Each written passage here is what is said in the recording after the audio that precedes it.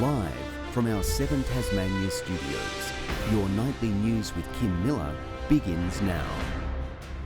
Good evening and thanks for joining us. Tasmania's salmon industry is coming under fire in new attack ads ahead of the Prime Minister's move to introduce controversial laws to protect the sector this week.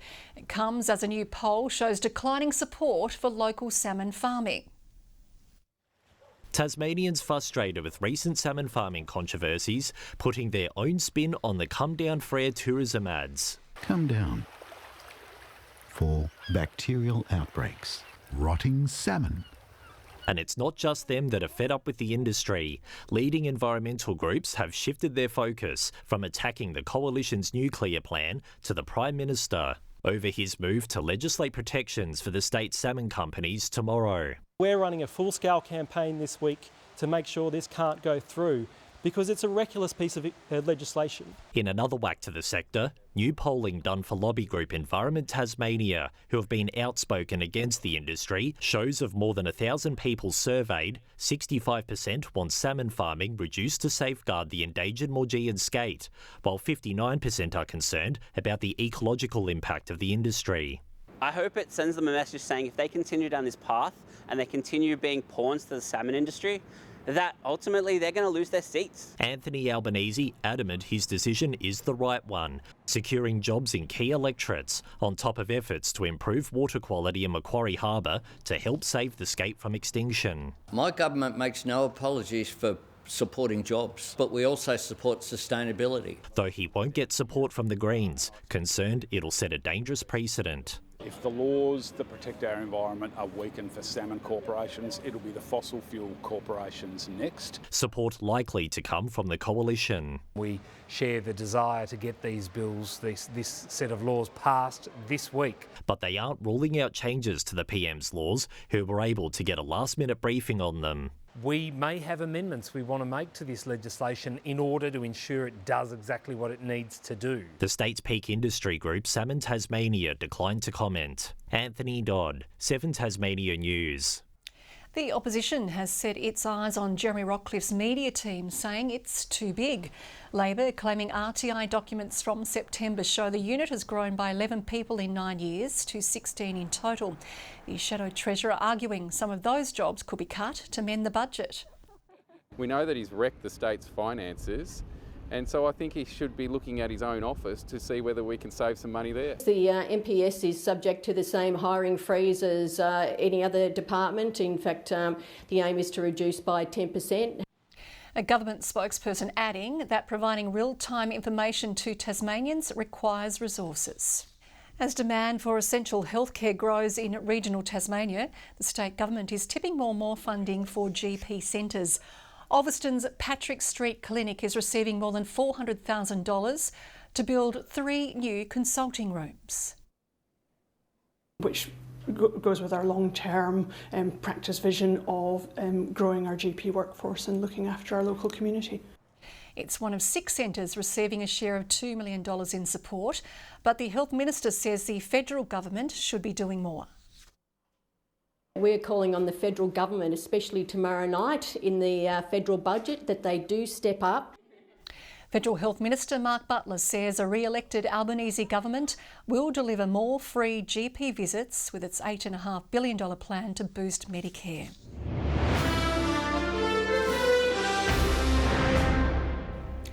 We begin this break with developing news. Firefighters are on the scene of a bushfire at Levendale. It's expected to be difficult to control as it approaches Cutting Grass Road. Nearby residents have been warned of ember attacks and dangerous smoke and asked to monitor conditions. The latest advice is on the Tas Alert app. A shotgun, 5 rifles and a pistol were some of the firearms surrendered to police during a mobile gun amnesty drive over the weekend. A large amount of ammunition was also handed in. Police say a permanent firearms amnesty remains in place, meaning anyone with unwanted or illegal guns can turn them over to authorities without fear of prosecution.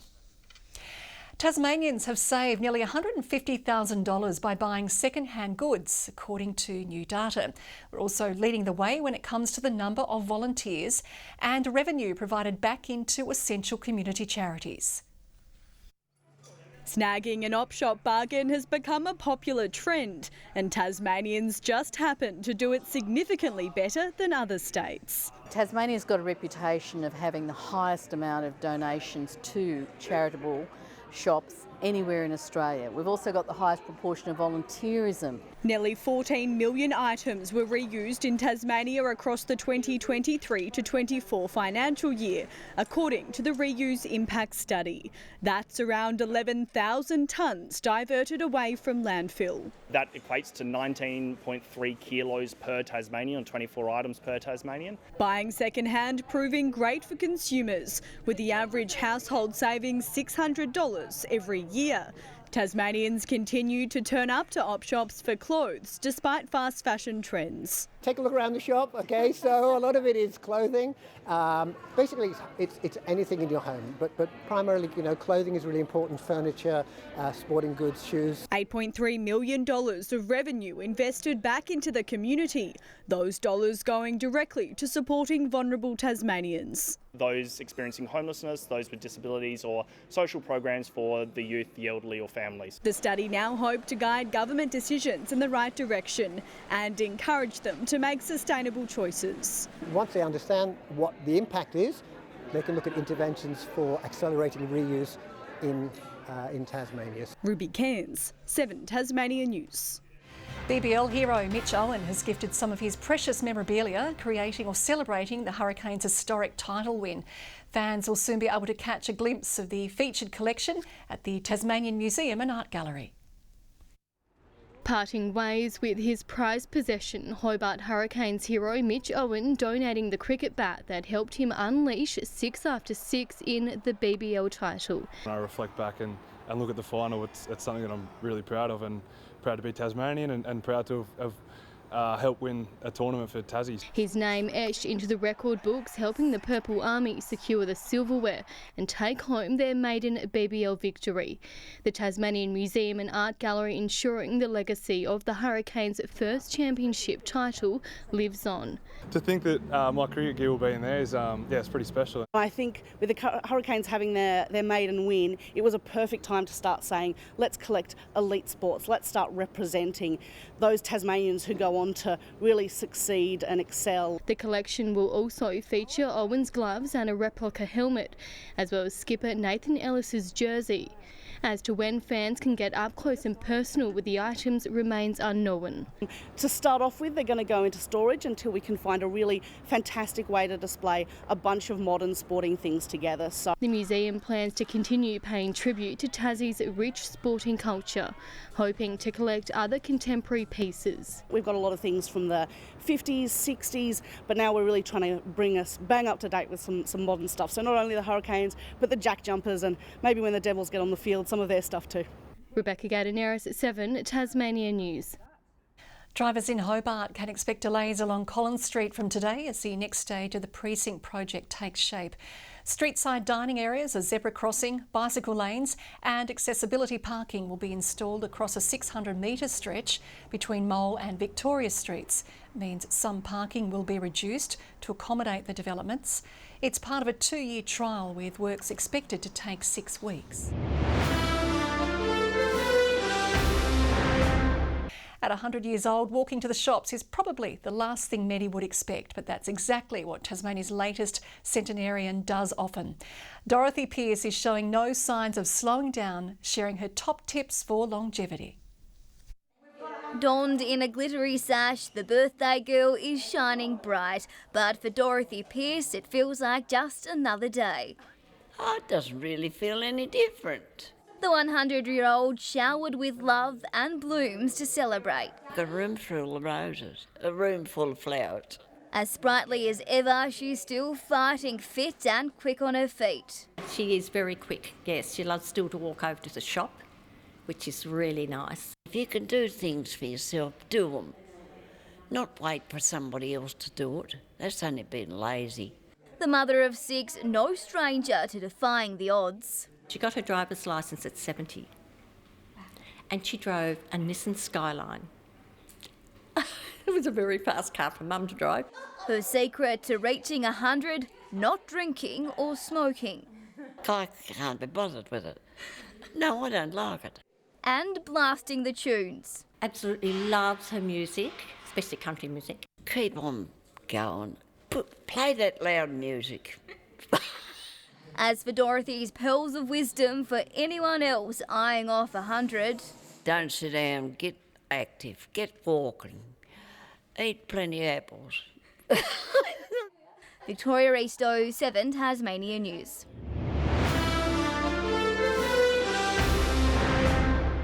A late rush might not have been enough for the men's Senior Talent Academy side to secure an upset win over VFL club Frankston, but it's done wonders to restore confidence.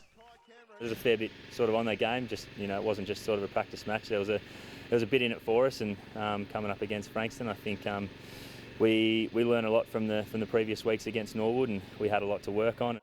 They next play Sandringham in May.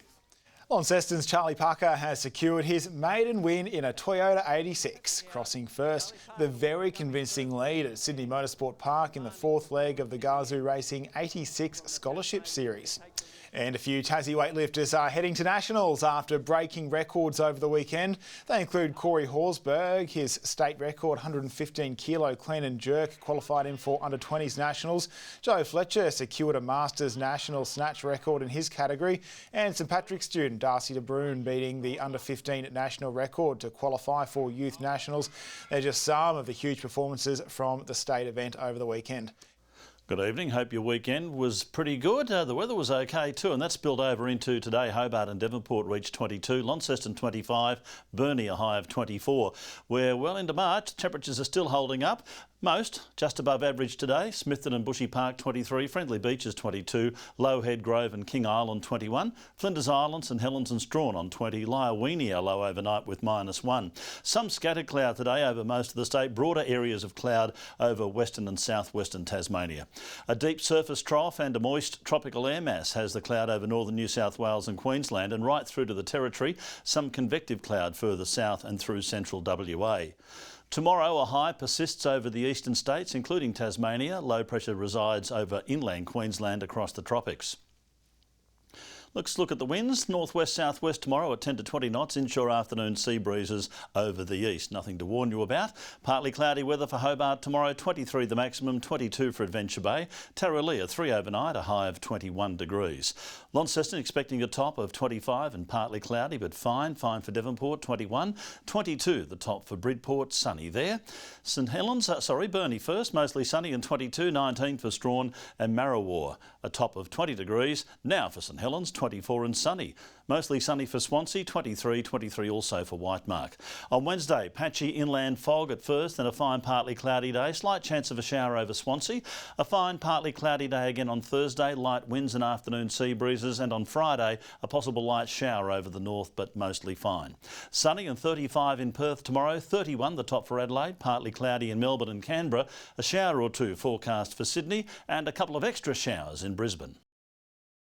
It's clear in Hobart, 21 degrees, fine as well. Launceston 22 and Devonport 22 as well. Just want to check something. Kim, how'd your footy team go on the weekend?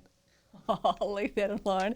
Anyway, we've done a newsroom straw poll. We reckon you look like Colonel Sanders tonight. Yeah. Go the Swans. That is all your news for now. We'll be back later with updates for you, but for now it is good night.